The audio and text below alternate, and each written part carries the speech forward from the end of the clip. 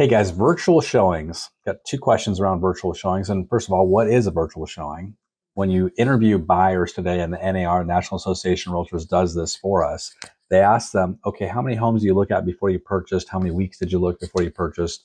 The averages right now, the last several years have been about between 8 and 10 properties viewed, and about between 8 and 10 weeks is how long they take. But what's really interesting over the last couple of years, there's been a real trend, and that of the 8 to 10 properties they look at, about half are virtual showing. In other words, they perceive that they viewed, quote unquote, the home just by taking a virtual tour of the property.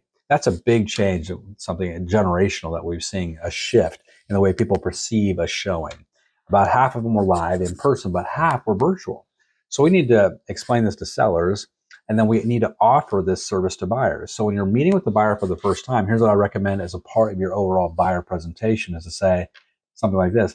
Hey, I want to let you guys know that I offer virtual showings if you're interested. And what a virtual showing can mean one of two things. One is you can just tour the home yourself. A lot of listings have a virtual tour option. So it's like a Matterport video.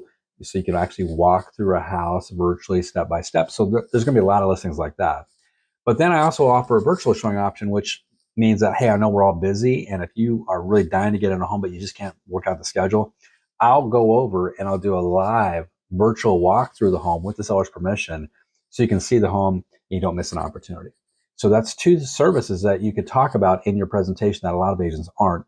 On the flip side of this, I think you should be having this conversation with sellers. Otherwise, sellers will perceive that your marketing is not working when it actually is to say, hey, there's two kinds of showings in today's world. There's a virtual showing and there's a live showing. And what our marketing does is it really promotes both, because about half the homes that buyers view, they view them virtually. So we're going to do a really, really high quality virtual tour for your property so people can walk themselves through the listing. And then, of course, we want to get live showings. But I'm going to report both to you. When I call you every Monday morning, I'm going to say, hey, we had 10 virtual showings this week, and we had 3 live showings. And this is just going to be the nature of what we're dealing with in today's world, in today's market. But I want you to know what we're doing.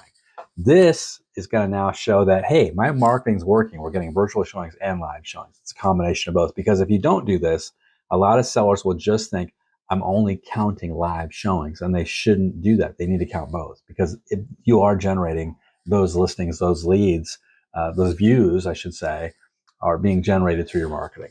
So if you want more ideas like this, more strategy, more simple kind of concepts that can really take your business forward, join us over at eRealEstateCoach.com. And you're going to get hundreds of lead generation strategies and conversations you can be having with buyers and sellers to really elevate your services. The first month, only $1. So why not check it out? Take it for a test drive.